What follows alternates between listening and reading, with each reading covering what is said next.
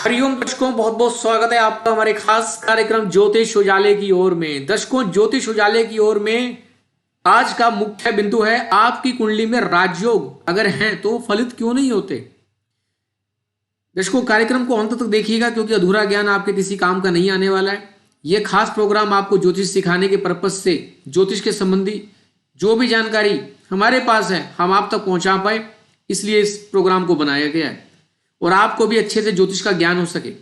इसलिए प्रोग्राम को रोजाना देखा करें और प्रोग्राम अच्छा लगता है तो लाइक और शेयर जरूर किया करें। आज हम डिस्कस करने वाले हैं कि क्यों राजयोग फलित नहीं हो पाते, क्या कारण है।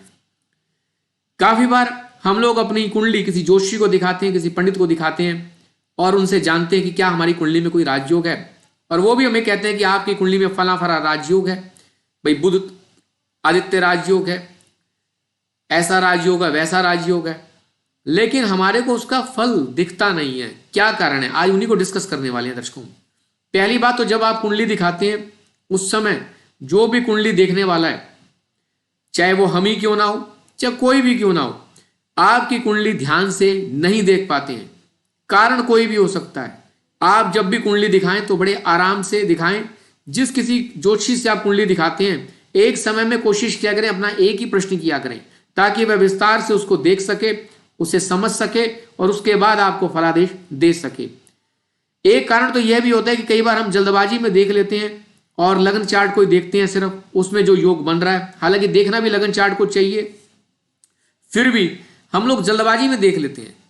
ग्रहों की अंशात्मक दूरी या ग्रहों की अंशात्मक नजदीकता, उनकी युति, मान लो कोई राजयोग किसी ग्रह की युति से बन रहा है। कई बार जैसे बुध आदित्य योग का उदाहरण ले लेते हैं, हमारी कुंडली के अंदर बुध आदित्य राजयोग है या फिर बुध अस्त योग बना हुआ है। काफी बार बुध अस्त योग होता है और हम उसे बुध आदित्य योग का नाम दे देते हैं। यह हमारी गलत धारणा हो जाती है और जिसको बताया जाता है वह भी बेचारा परेशान घूमता रहता है कि मेरे तो पंडित ने बताया था कि बुध आदित्य योग है, लेकिन मेरी तो बुद्धि काम नहीं कर रही है। हालांकि होता है बुध अस्त योग। तो जो भी ग्रह या योग बनाने वाले ग्रह हैं, अगर वह बलवान नहीं है, वह किसी तरीके से अस्त हो रहे हैं, तो ऐसा राजयोग किसी काम का नहीं है। उसका प्रभाव आपको देखने को नहीं मिलता। आपके सामने से माहौल बनता है कि मान लो कोई राजयोग बना और आपको उसने धन देना है, लेकिन अगर जो ग्रह वह राजयोग बना रहा है वह अस्त है, तो धन के नाम पे सिर्फ आपको एक लिफाफा मिलेगा, उसके अंदर कुछ मिलेगा नहीं, धन नहीं मिलेगा, राशि नहीं निकलेगी, ऐसा प्रतीत होगा।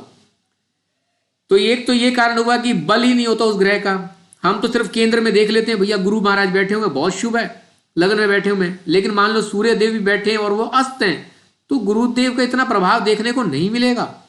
गुरुदेव यदि किसी तरीके से बृहस्पति, उदाहरण के लिए आपको बताया जा रहा है, यदि वह ग्रह अस्त हो जाता है तो भी प्रभाव नहीं मिलने वाला, और यदि वह ग्रह निर्बल हो जाता है अंशात्मक तौर पर, निर्बल अंशात्मक तौर पर 0 से 5 अंश तक और 25 से 30 अंशों तक निर्बल ग्रह माना जाता है, उसमें बल ही नहीं होता। आपके लिए कितना बड़ा, कितनी अच्छी पोजीशन पे क्यों ना बैठा हो, वह ग्रह आपको फल देने में कामयाब नहीं होता, नहीं होता, नहीं होता। हाँ, कोई अन्य योग है उससे आपको सपोर्ट मिल जाए, उस योग को सपोर्ट मिल जाए तो अलग बात है, लेकिन अगर ग्रह निर्बल है तो भी योग नहीं बनेगा।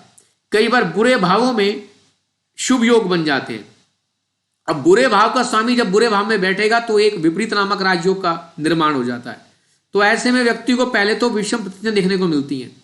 अगर उन परिस्थितियों से वह बाहर निकल जाता है किसी तरीके से, तो ही उसको सफलता मिलती है, यानी कि बाहर निकलेगा। उसके लिए उसको बाहर निकलने के लिए पहले प्रयास करना पड़ेगा, विपरीत परिस्थितियों को देखेगा, उसके बाद ही, जैसे कि मान लो छठे भाव में कोई योग बन रहा है, षष्ठेश की स्थिति छठे भाव में बनी हुई है, तो यह एक विपरीत राजयोग है, तो उसके अंदर व्यक्ति को रोग, ऋण, शत्रु तीनों का सामना करना पड़ता है, तब जाके वह राजयोग बनता है। उसके सामने ऐसी स्थितियां बन जाती हैं, जैसे उसको कंपटीशन करेगा तभी वह राजयोग का फायदा लेगा। मान लो किसी की कुंडली के अंदर चंद्रमा और राहु, तुला लगन की कुंडली है और दशम भाव में चंद्रमा अपने ही घर में बैठे हुए राहु के साथ बैठे हुए हैं, तो यह एक बड़ा ही, हालांकि चंद्र ग्रहण योग बनता है, लेकिन राहु देव चंद्रमा के साथ अपनी राशि में तुला लगन के लिए बड़े योग कारक हो जाते हैं। ये एक बहुत बड़ा राजयोग है, लेकिन कब फलित होगा, जब व्यक्ति थोड़े से नेगेटिव कार्य करेगा, गलत भावों में बैठने वाले, गलत योग बनाने वाले राजयोग कार्य ही वैसे करने पड़ेंगे, तभी जाके वह राजयोग फलित होगा, वरना वह राजयोग फलित नहीं होगा।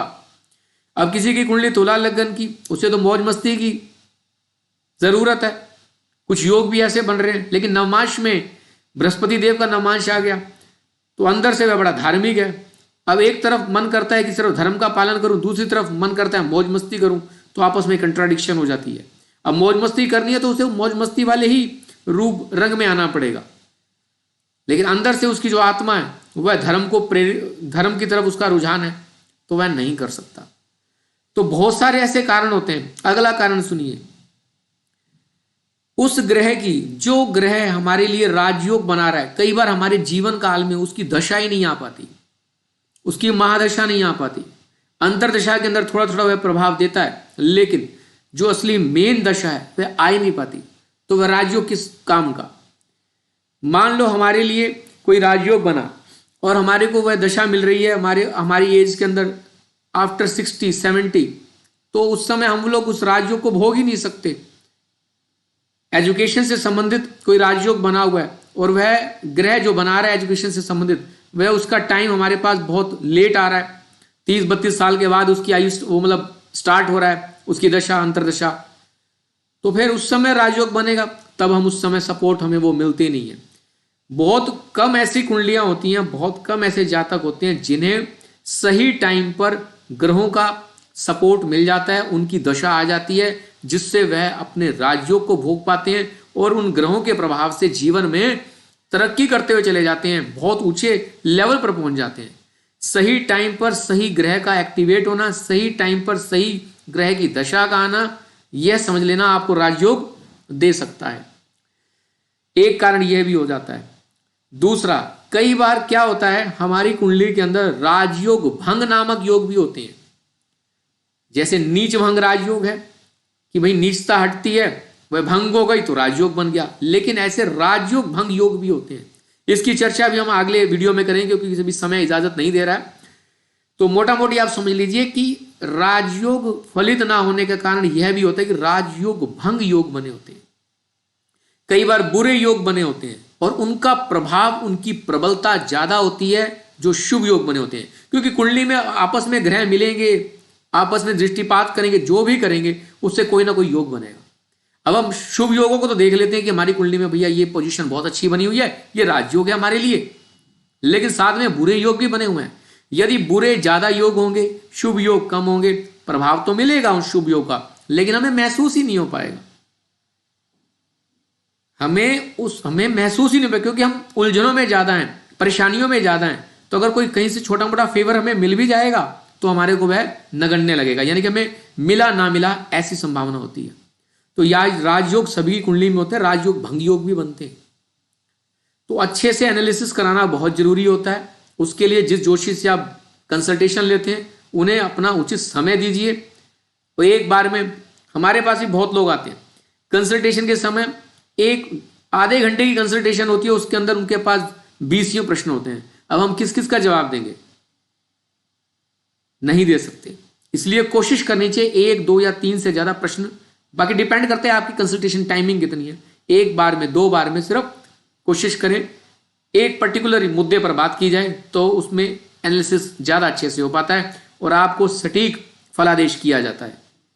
चलिए दर्शकों, फिर मिलेंगे किसी नए टॉपिक के साथ, तब तक बने रहे आप हमारे चैनल के साथ। हरिओम हरिओम हरिओम।